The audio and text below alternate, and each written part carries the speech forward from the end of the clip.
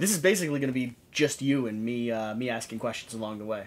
All right. Ready to go, Cadus? Oh, yeah. Okay. Hello, there. Welcome to Quackalope. Thank you for joining us. Today, we are bringing you an in-depth review into Arkham Horror, the card game. And literally everything else you could potentially get. I mean, would you say Just this is about the extent of the existing Arkham Horror collection? Yeah. You know, this is Arkham Horror plus everything related to Arkham Horror plus, you know, bits and bobs to make it look a little nice. Yeah, so I don't own all of this. In fact, I've only played Arkham Horror, I think, probably 5-6 times at this point. So I am fairly new to the genre, but new enough that I think I can give some insight into my opinion on it. Yeah. That being said, you, Cadus, managers of our Discord community, if you're interested in swinging over and playing games like Arkham Horror with them, make sure you follow the link down below. Whatever the case, you're here in Kentucky because of a conversation around this game. Yeah. You reached out probably, 2-3 months ago, saying, first off, I want to teach you and I want to play Arkham Horror with you, because it's your favorite game of all time. Second off, I want you to bring it to the channel. And I said, I don't know, how far away are you? Drive over and show up and we'll get it covered. How far away are you? 9.5 hours. Yeah, 10 hours. You know? Just a gentle 9.5 hour drive here to Kentucky so that you could bring Arkham Horror to the channel. Yeah. And so this is the conversation that you've been thinking about for the past however many hours it took you to get here. So with that being said, this is our Right For You, Wrong For You series, where we do our very best to dive into the core of a game. Yeah. To help determine if this game is going to be right for you and your gaming group, or potentially not. Over this video, we will go over 7 distinct categories that I do my best to consider when deciding to add a game to my gaming shelf or not.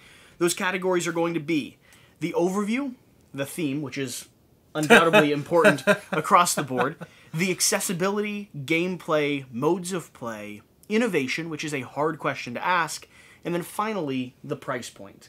And we won't just talk about the price point for literally everything. We'll talk about core box and where you might want to get started specifically. And like I said at the beginning of this video, this conversation is predominantly yours. I mean, we'll start off with the sense that this is your favorite game, right? Across the board. Yeah, across the board. And so keep that in mind as we dive into this. But I do find it fun to hear people talk about their favorite games because they know where the strength is. They also know where the weaknesses are, why it might not appeal to some players. Yeah, so let's swing into this. Can you give me an overview of what Arkham Horror is? Arkham Horror is a cooperative deck building card game based in the Lovecraft universe, Cthulhu universe. More deck construction than deck building? Lot of deck construction, going through a campaign, upgrading your deck, making it yours, you know, and then swinging in and losing horribly against everything. Enough. Now, this is also classified as a living card game, right? It is. And what is it? LCG? Yes. LCG. What does that mean? So that means that it keeps coming out. You know, it's, you know, at the time of this filming, the Innsmouth Conspiracy is going to come out in a week or two. And then every month a new pack drops for that. And there'll be 6 packs that drop to finish that 8-part campaign. So, you know, so sometime next year, that'll all finish. And then something else will drop. So it's just a living expansion, always adding on. So, and correct me if I'm wrong here, but basically you're going to be taking the role of various different detectives or roles in this adventure. Yeah. You're going to be buying a new pack, which contains new modules, new cards, new heroes, and new story elements. Yeah, for sure. And then playing that down on the table and going through that journey. Yeah, for sure. Do the core systems or mechanics change from card to card? So core systems are always going to be the same. Okay. And each different campaign itself might have some extra keywords that it adds for the entirety of the campaign. So each campaign might have different keywords. You know, the example of like the Circle Undone campaign has the haunted keyword, and you don't see that in any other campaign. So there's lots of different keywords, new rules, new entry, you know, different details. But those are all kind of self-contained in their own modules, you know, and you kind of go between those as you want to. So for someone that doesn't know anything about Arkham Horror, the card game, but is wondering if they should be interested in it, what would be your pitch? Why would someone like this game? I think the biggest reason to like this game is, well, so first off, you have to like the theme. Like, if you don't like the theme, this is never going to work. If you're not feeling that, and you should immediately know if this theme appeals to you or not. I love the monsters. I love the Cthulhu universe. Sure. But fundamentally, the mechanical systems are really solid.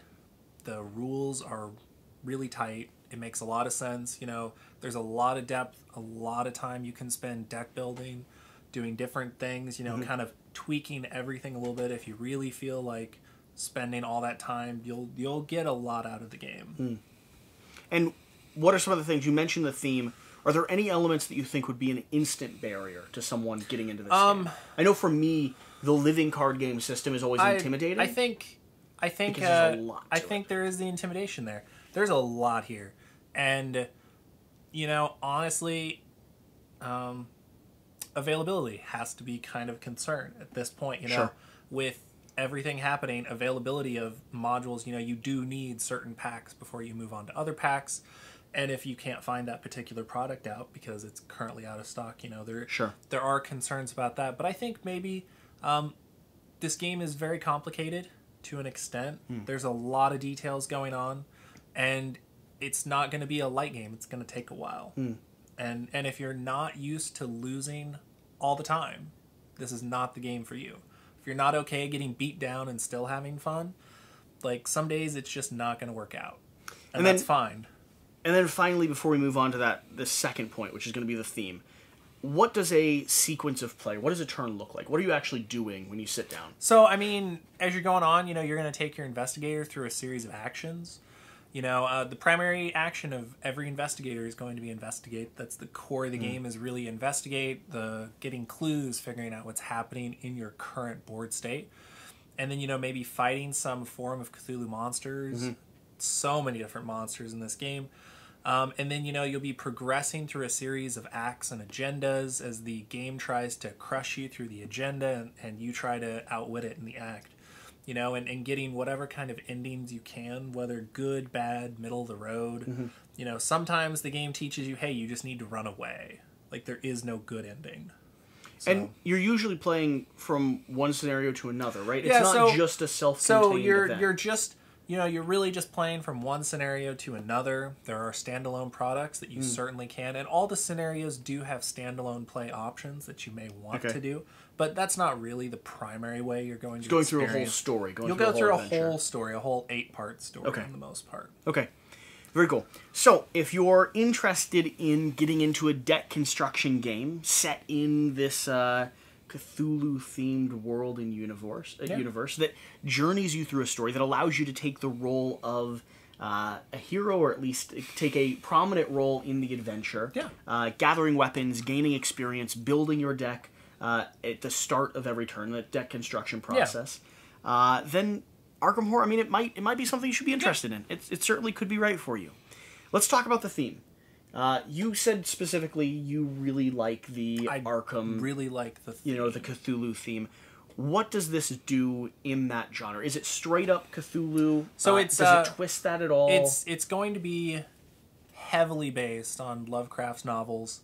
You know, honestly, if you read Lovecraft's novels, a lot of the things, monsters, creatures, even some people, will come from those novels. Okay.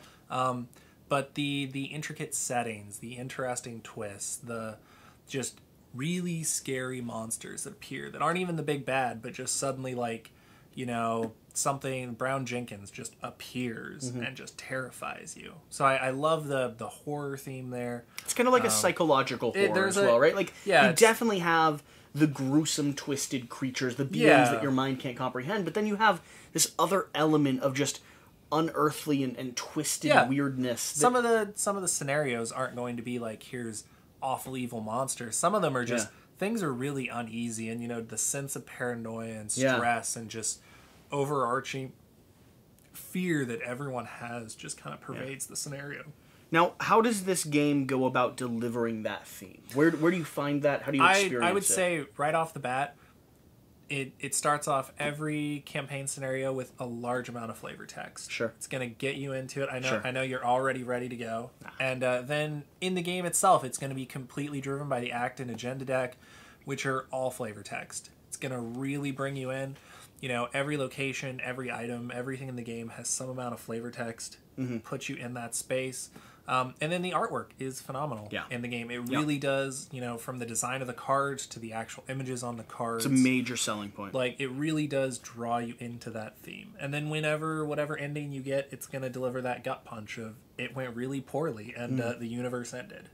So have there been any moments throughout playing the game that you found maybe the theme didn't stick quite right or didn't translate, or does it always sort of line up with that?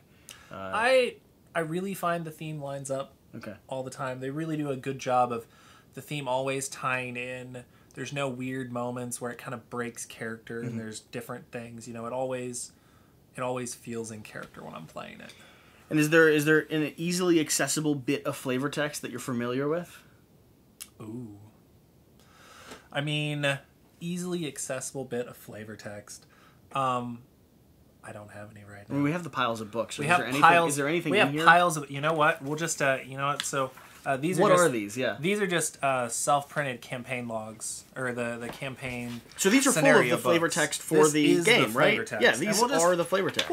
We'll just read the preface for the initial campaign, which is literally just the gathering. So when you buy the core box, which I know you will, you know you're gonna. So this is just scenario 1, the gathering here. And it's just, you and your partners have been investigating strange events taking place in your home city of Arkham, Massachusetts. Over the past few weeks, several townspeople have mysteriously gone missing. Recently, their corpses turned up in the woods, savaged and half-eaten. The police and newspapers have stated that wild animals are responsible, but you believe there is something else going on. You are gathered together at the lead investigator's home to discuss the bizarre events. And I think there's a prologue in there. Where's the prologue? That is it. That's and then it jumps right into it. Does it go straight into the game? And there's all sorts of phenomenal flavor text. Maybe my favorite passage. Oh yeah, you were on scenario 1. Yeah, might be here. This is if you want to read some of that. It's a long prologue. Which is this from? This is from Path to Carcosa, one of my favorite.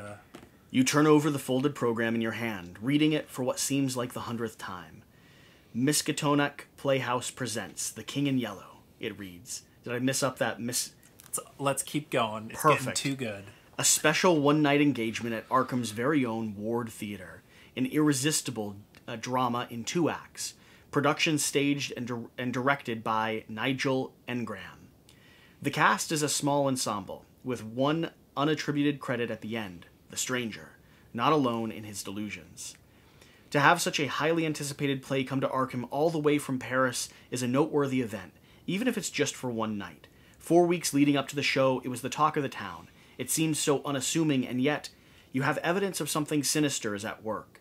It started with the disappearance of one of the stagehands at the theater, a boy of only 17 who missed rehearsal one night and was never seen again. Then, less than 2 weeks before the performance, there was the musician whose corpse was found with a gun in its mouth. Perhaps most chilling was the crazed man the Coopers had picked up in the Independence Square, who'd been ranting and raving about the King's return. He was brought to Arkham Asylum, and you were surprised to discover that he was.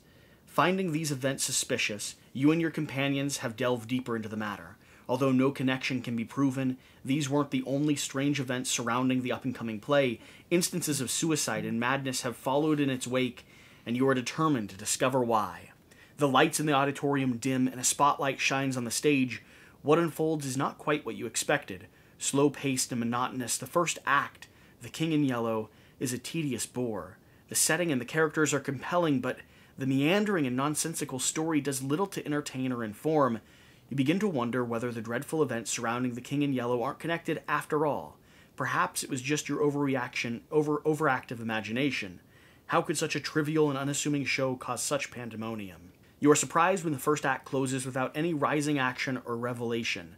The lights rise for the intermission, and you consider leaving early, stifling a yawn. Before you are able to decide, however, you find yourself drifting to sleep. Yeah. We've played through this story. We have. That was the first one you introduced me to. Yeah. That gets weird. It does. It gets very weird. There's a lot going on there. So that's going to be the heart and soul of this game. It's going to be and you can tell just from these printed copies of the flavor text that you have that, I mean, in this game, in the art, in the storybooks, there's going to be piles and piles of rich Cthulhu lore. Not only through flavor text, but narrative, the game adventure itself, but then also through the custom and unique artwork on every single page of this. Yeah. So if you're into that weird psychological horror, that kind of twisted, sometimes bloodied, distorted corpses, or a myriad of things that your brain just can't comprehend. Exactly. This might be right for some people. For sure. So, that being said, let's talk about accessibility. How accessible is this game? How easy is it to get to the table? Where do you need to start? What does it play at? So accessibility-wise, just to comment on player count, this game is a 2-player game. Okay. You can play it with more than that. To play it with more than 2 players, you do need to have an additional core set, which we'll talk about later. But sure. So it's primarily a 2-player game, which might work really well for a lot of people, Mm-hmm. Accessibility for learning it and such, it is a bear to learn in a lot of ways. There are a lot of interesting details. There is a lot of intricacies about enemy engagement and disengagement and keyword understanding. So if you're into lighter games, this may not be something that you're good with.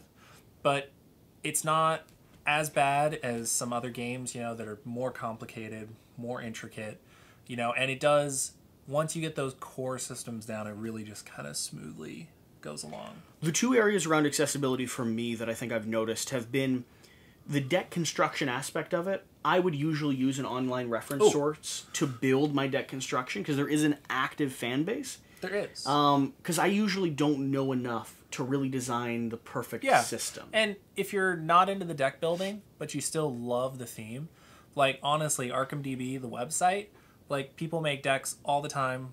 I do that all the time. Just go find a deck that looks fun, interesting, find the cards, slot it together, and you go. Some people are going to love putting the decks together themselves and playtesting and tweaking. But I find myself a lot of the time just finding something cool that's rated that people say works well and just rolling with it. And then the other element for me that I noticed when we sat down and played is it can be sprawling with the amount of little modules on the table. Various different cards, various items that you're tracking, if you don't have your head around what is going on, it looks like a lot of little separated There's pieces. a lot of stuff on the board sometimes, depending on the scenario. The game does step you through it slowly. It doesn't introduce a giant module right away. It starts out with just a couple locations together, then maybe 6. And, some areas are going to have lots of locations. Others might be small. So it can be a bear on the table, though, depending on, if you can scrunch it into a small space, but it does get really crowded and look a little overwhelming sometimes. Yeah.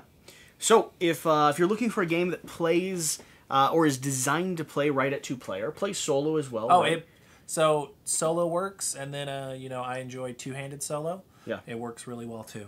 So if you're looking for a game that plays right at 2-player or solo, has a little bit of complexity to it, a significant amount of kind of rules and mitigation, but walks you through that process if you're willing to take the time to learn.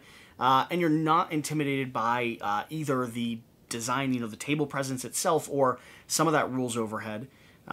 This one, it still might be a game that they should stick around for. Yeah.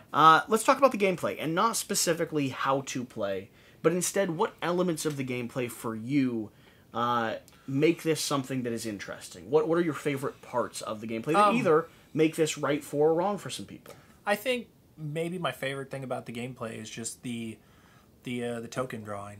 Through the game, some games you're going to have dice, you're going to have cards, there's going to be things of ways of... The whole point of the game is you're going to be doing tests. Whether that's you're fighting, you're going to test your fight value against the enemy's fight value. You're going to test your intellect versus the shroud value of a location. And on all those tests, there's a random modifier, mostly negative, and that's going to be a token. One of these tokens. You're going to have those in a bag that you're drawing in. Yes. So instead of dice rolling for random... you can kind of understand the bag. The bag is going to have different variabilities when it comes to what type of token you're drawing, and you're reaching in there and always pulling out. You're pulling out a random token, but the thing that's really nice is it's custom tailored for every scenario. There's tokens that are just symbols that are going to give you specific flavored answers for what's happening. And you can really mitigate about every answer out of the token bag if you're really wanting to. And it kind of gets rid of, there's enough randomness to make it interesting, but it's not so random that you don't really have control of what's happening at any given time in the game. For me, when it comes to the gameplay, the stuff that I think I've enjoyed the most has really been equipping and functioning with your character profile itself. Attaching items, getting armor, having allies, all of that feels both important and realistic. If you pick up a pistol and you're utilizing it in a fight, like you can feel the difference there. So exploring those characters, I think, has been the most compelling part for me. Yeah. What are some of the areas of gameplay that you think might make this game wrong for some individuals? You know, you were talking about items and equipping things, but kind of going back to the rules, there are limits on what you can equip and how you can equip it. And so those intricate details, again, you know, getting into, there's not a good... I don't pay attention to any of this. That was all you. 5 rocket launchers, it's okay, you know. Look, unless you tell me I couldn't do it, I was equipping it. Also, it's, you know, if anybody's played Call of Cthulhu, you know, the RPG, that's very famous and very notorious for being very difficult. The point is not for you to defeat, you know, whatever you're going up against. It's to get out alive. And Arkham sometimes feels like that, you know, of you don't do enough damage compared to really what you think you should or how it feels. It can be a cruel game. You know, for sure. And gameplay-wise, you know, you have a really cool weapon, but sometimes that really cool weapon doesn't hit as hard as maybe you envision it hitting. Sure. And I think otherwise, gameplay, you know, there's just going to be, you know, a lot of management, tokens-wise. And then maybe not most complicated thing to get your head around, but the way the map is developed in Arkham, you know, it's cards. Everything's cards. It's all laid out. But if you don't have some kind of, like, location markers of some kind to kind of bridge things together, you're going to continually be evaluating what location is connected to another location. And that's what you use some of your tokens. So I have some tokens to do that, but honestly, like a piece of paper works as well. Arrows, just to understand how that map is. So you don't have to think about it while you're going along. Yeah, that's fair. That's fair. So if you're looking for a game that can be a little bit brutal, if you enjoy drawing custom-made tokens from a bag, if you enjoy that tactile but also modular element, if you want to see a character develop and equip a ton of really cool superpowers and items that maybe don't do as much as you think they should, like a shotgun only does a little bit of damage, Arkham still might be a good game for you. Yeah. Let's talk about the modes of play. You mentioned it's solid at 2. Solid at 2. Let's talk a little bit about solo, but then let's also talk about how it scales. Yeah. Going up to higher player counts. So solo's really good. You know, you can either do it like actually solo, you're only playing one character, which can be rather difficult. Okay. You know, the characters in Arkham are very specialized in what they're strong at. I can see that being brutal. And so when you do solo, a lot of planning has to go into how do you accommodate or how do you accomplish different tasks that you wouldn't normally have to do. Just cheat. Just planning. That's only between you and the token bag. I call it planning. Other people call it reworking a few turns. You know, that's where two-handed solo, I think, really shines. And, you know, you compare a couple characters together. One fights, one gets clues, or one shoots spells and one evade enemies. You know, like just kind of pair things together. I like that a lot. True solo really has a place, and it's a fun experience, but it's very challenging to really get through. So you really, and it's not too much to manage 2 separate decks, but there is some management there. So. How does this scale up? How many could you get to the table to play? So you can, I typically play with 4 people. You typically play with 4? That's typically what I play with is 4 people. Really what happens, it scales really well up to 4. Sometimes things get a bit grindier. The way things are scaled is it might take more clues, enemies are going to have more hits for certain things, so it just might be where you because a lot of the modifiers are just times player count, correct? Yeah, so that really can punish you if you're not really, if you don't have somebody really ready to just hit the crap out of something, or really just get on all the clues, you know, that are required to advance a particular act. It can be a bit brutal there, but it does play well at 4. There are enough characters to choose from. You can balance everything out. So I do enjoy it at higher player counts. If someone wanted to, I mean, you just get the base box, maybe a module or 2 if you want to play solo or 2-player. But if someone wanted to play 3 or 4-player, so they need both. They need 2 base boxes. So the way Arkham works, if you're building all the decks, right? If you're building all the decks and your friends are coming over to play with you, and you want to play with 4 players, really there's not enough cards in the core box of the kinds of cards you need, the neutral cards, that you're not going to have enough cards to put 4 decks together that are going to be... I don't even know if physically it's possible to put 4 decks together.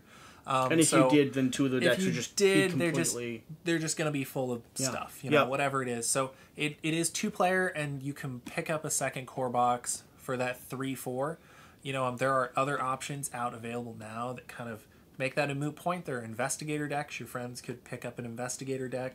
And that is just a specific specific investigator they Makes buy. sense. It has the deck already put together for them with cards they can upgrade with. Okay. And they just bring that over to your house and play, and you have the core set. Okay. So there are other options available instead of you just buying the... to scale. Yeah. Interesting. All right. So if you're looking for, like we said, a solid 2-to-1 player, but one that you predominantly play at 4-player... I play at higher player counts, You personally. may need to do some adjustment, but if you don't mind either having your friends bring a special deck or getting 2 of the base games, just so you can make sure you can fill out those decks the way that you want to... Yeah.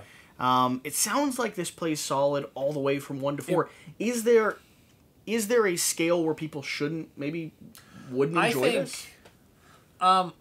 Honestly, 4 just might be a bit slow for some people. Sure. 2 is really going to shine. Sure. And solo is going to be really great. I think it really scales through all the player counts. Some games don't. I think it really does work well at all the player counts, but with the same caveats that exist always. Yeah. 4 people will always be a little bit slower. It's going to be a bit slower. You said it's a little bit more punishing. 1 player will always be a little bit lonely. And could be challenging in a different way. You might have to play double-handed, or you run into a scenario with 1 character, which could be... You could draw some bad cards, and it you just could be it. You could need to cheat, like I said. Then this game, it still might be right for you. So with that in mind, let's talk about probably the hardest question of this review format, which is going to be innovation. And it's always hard to judge this because it's only ever based around what you know about the game, your own gaming history. It's hard for us to know what came before, what came before or after, or where this might have innovated. I know that this system has been deployed by Fantasy Flight in a few other ways. And leave a comment down below letting us know what your thoughts are around this and where our information is potentially lacking. I know there's the Lord of the Rings LCG. I know there's currently the Marvel living card game as well. Do you know if Arkham was one of the first in that lineage? So Arkham came out after the Lord of the Rings LCG, I think. That's my understanding.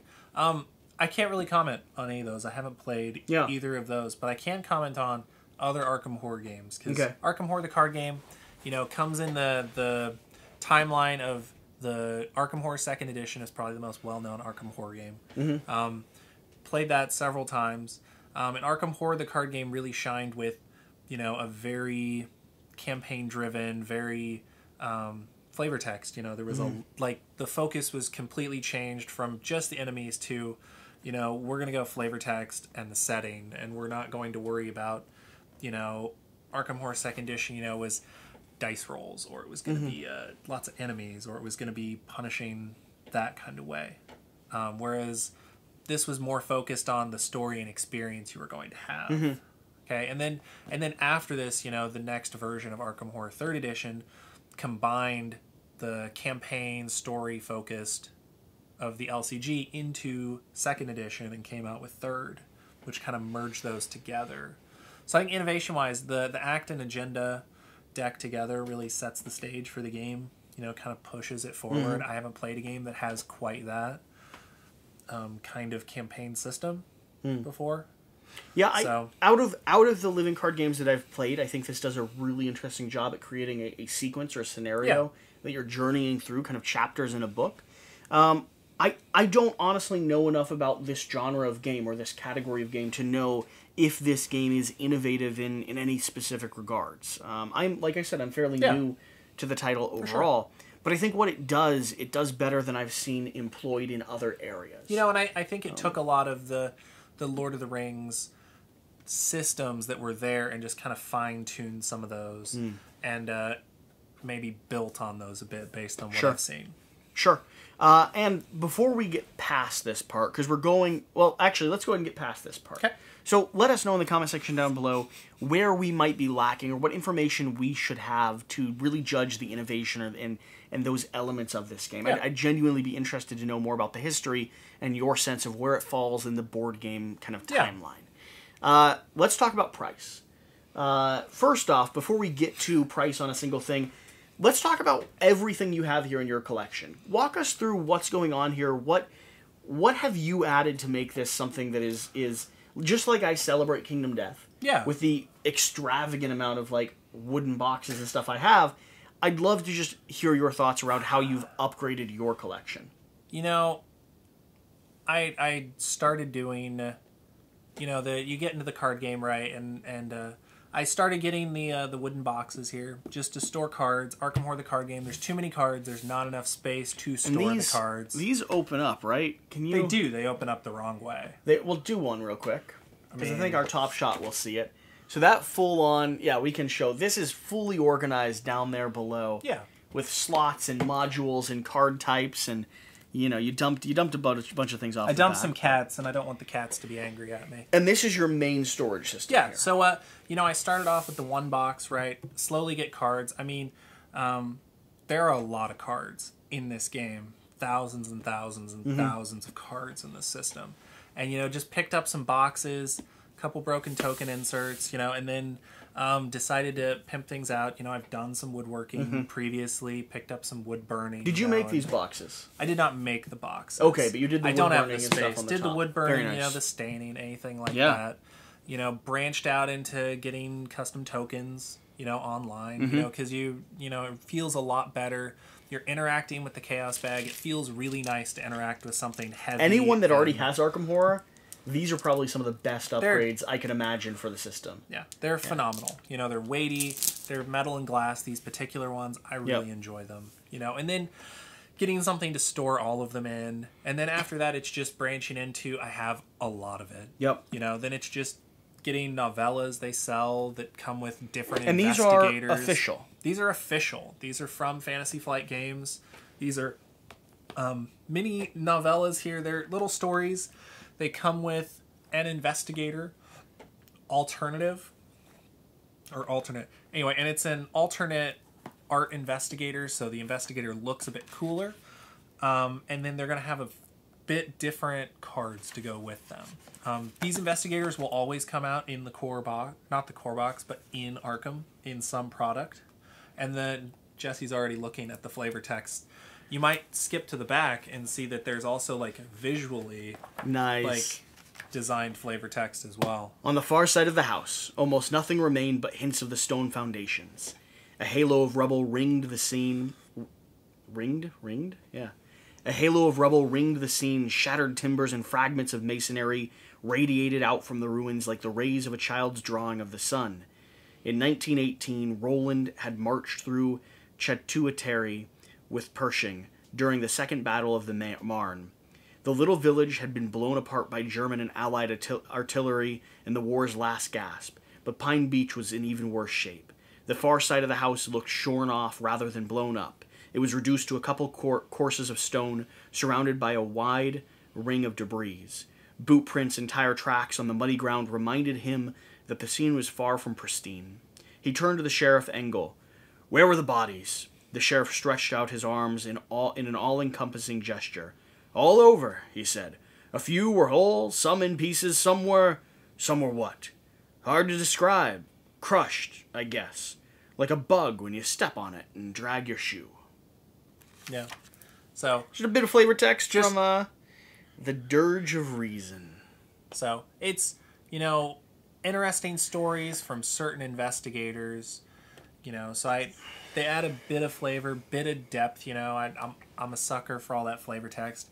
And then these are just a guy on the Arkham Horror LCG subreddit put these out as PDFs that you could get printed yourself from Barnes & Noble, and they're just the campaign guides. They're like a choose-your-own-adventure style campaign guide. They weren't that expensive. You just kind of follow along. It tells you how to play stuff, and then he put a bunch of art from Fantasy Flight in here that he got, and they're phenomenal.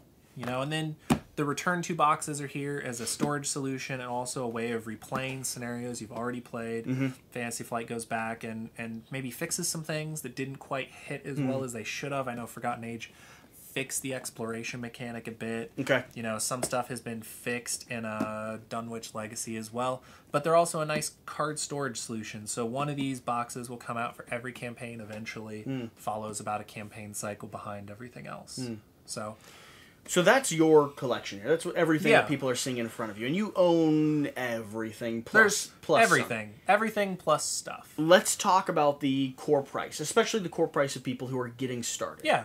What's the price point of this game going to run? I mean, you go your LCG and it should be $45. That's the retail price of the base game is $45. Now, is the base game a reasonable place to start? The base game is the place you have to start. Sure. You can't start anywhere else. That really should be where you start. I mean, that's where you're going to get all your tokens, all your...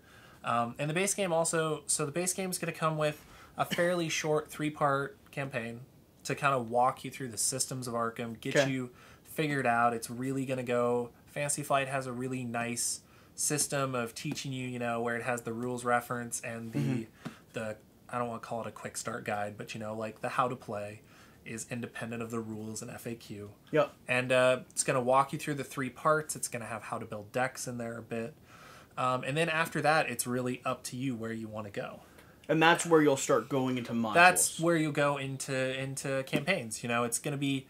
You could pick up standalones, which are going to be one-shot stories that are going to be a bit harder than your campaign would be initially, but they're going to be self-contained. You're going to put it on the table like we put, you know, Arkham Horror earlier today on the table, and it's going to be a one-shot. It's going to be over and done. Some of them are going to be more replayable than others. And then, as far as campaigns, it's really going to be on you to choose what you want to play. Sure. You know, you're going to... Ideally, if you do what I did, you pop onto Fantasy Flight's website and you read the flavor text for each of the deluxe editions. Figure out what story you're the most intrigued by. Like, do you want to kind of go classic Lovecraft, go to Dunwich? Okay. You know, because this is the Dunwich Legacy, which the Dunwich Horror is a famous Lovecraft novel, right? Or are you going to follow the King in Yellow's story? You know, go to the jungle, follow some witches. What are these modules going to run you? So each of the deluxe modules is $30. Okay. These deluxe expansions, and they're going to come with two scenarios of the campaign. Okay, so it's a starting off point for you. They're going to come with a bunch of new player cards. Okay, and then they're going to come with the way Arkham works in setting everything up is when you open a campaign guide and it tells you the setup, it'll give you symbols for what cards you need to find. And a lot of those come from the core set initially, and then each expansion is going to have its own symbols. So 2 scenarios from a campaign. 2 scenarios. Do you then have to buy more scenarios? Yes. So the way it works is you do the 2-part scenario there from that campaign out of the box, and then there are 6 additional parts of that And story. how much does each one of those run? So each one of those is $15. So you're looking at $150 for a full campaign. Yeah, I mean you're look over 100 for a whole campaign. So the starting point at $45 will get you in the door. We'll let you know enough. We'll let you at least experience this and know enough that if you want to play. And you can find it cheaper normally, so it's not but usually we try to go by like what market, like what retail says. True. Here's the question for me, because this is the part that always intimidates me about getting involved in LCGs. Yeah, I'm an all or nothing type of person. Yeah. If I love this game, I want what you have. Right? Yeah. I mean... That's kind of what they're designed to do. They are. What is a reasonable range of spending? Like, if someone was going to get into this, and someone was genuinely going to fall in love with it, it doesn't mean they have to get everything. It doesn't mean they have to go as far as you have. But what would you really tell someone after a year of playing they should reasonably expect to pay? I mean, a year of playing, I'm looking at getting... You know, if I get this on the table... every week. Yeah. Right. You know, I'm looking at burning through a campaign every month, every 2 months. Yep. Something like that. I mean, you're looking at $500-600 in cards there. Yeah.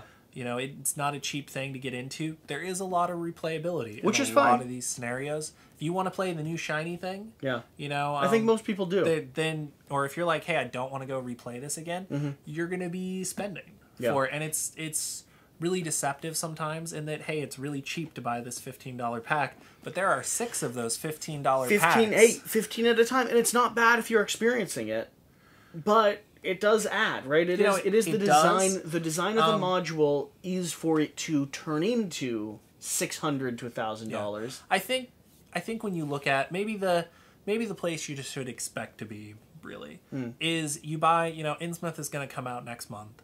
And in another month, you're going to buy that expansion. In just a once a month kind of, that's the kind of drip that it has. You're always spending. So that's the always like $15 a month, just like clockwork. And there's other products, but if you get into it, and you haven't been here since it started, you could catch up quick, and you can spend a lot catching up. You can spend a lot catching up. Sure. So you do, when I did this, you do have to really moderate what you're getting. Because you have this over years. I mean, over a year and a half is kind of how it went there. And, that's not spending everything all at once. That's not getting a bunch of reward points at my local store. It's just, a slow draw for that. I think that's totally fair. And it is the thing that holds me back from living card games, but it's also the thing that attracts me to them. The idea that I can continue experiencing something that is my favorite or is one of my top games, right? So one last pitch to the people on your... Because... This is your thing. This is your baby, right? Like, this is your game. Why should someone give this one a chance? Why is it worth that? I think the game systems, the game design, the flavor, everything works together flawlessly. It's a fantastic game. It puts you in the zone, in the timeline of where this game is, and really puts you in the shoes of the investigators. You really fall in love with the characters you have, their flaws, their weaknesses, and everything else, and you really get to experience, it on their side. These people, the way a lot of the stories are put together is not like this person really went out sodding this particular thing. It was they just fell into it, and now they're just, well, I don't want to die horribly. Can we prevent the end of the world, And I really enjoy that, It's why I haven't gotten into Marvel Champions or things like that, the more superhero focus, because that's, it's more relatable when it's kind of a real people kind of dealing with their real struggles of a made-up universe. What would be, if you go back and warn yourself a year and a half ago, what would be the things that maybe won't make this right for some people?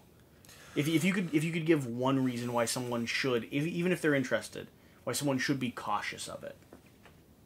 I honestly think that if I could describe a person, if I go to like an online, game that kind of gets you to pay money all the time, right? Sure. If you're the kind of person that spends a bunch of money on that and you're worried about that, you shouldn't touch this. Sure. Because it really can suck you in, and there's So you're basically saying me. Don't be you. And, because you can be really sucked into this, and I love this game, but it shouldn't cost anybody, anything. It shouldn't cost you, like... It shouldn't trick you into spending money. Shouldn't trick you into spending money. Like, it's very upfront about the money spending, but it's really easy to get deep in over your head. Well, I know the copy that Jan has, he immediately traded for, like, a few modules in one big sweep. Right? And so, like... It's so easy. Instead of just doing a base box, he did, like, a couple $100 worth immediately. It's super it just easy exists, right? You play the first scenario and it's like, this is awesome. This is getting in a let's couple. Get it all. Let's get Dunwich. I see it all. Oh, the 6 packs are there. Let's pick all those up and just keep going. So you really do have to be careful. I think the gameplay is amazing. If you're not okay with two-handed solo and it's just going to be you, you might have to really think about how hard of a game do you want to play. Because it can be really difficult true solo. But if you're playing 2 through 4, I think 2 through 4, it's a phenomenal game, and I think everyone should give it a chance if they kind of fit that. Cool. Well, that has been a full review of Arkham Horror, the card game. If you made it to this point, let us know. Did we get things right? Did we get things wrong? Have you already went out and bought 7 modules and the core game to try it for the very first time in a week? I mean, if you have, good on you. If you also did that, swing over to my Patreon and toss $5 there as well, because, sorry, I don't know. Either way, thank you for coming. Thank you for talking about this game.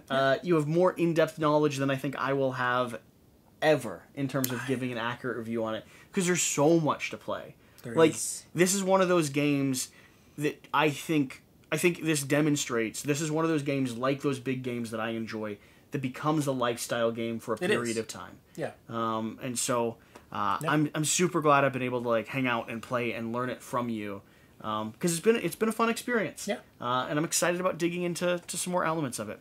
Whatever the case, thank you for watching. Whatever you do, remember to do the important thing. Get out and play some games. And we'll see you next time. Thank you.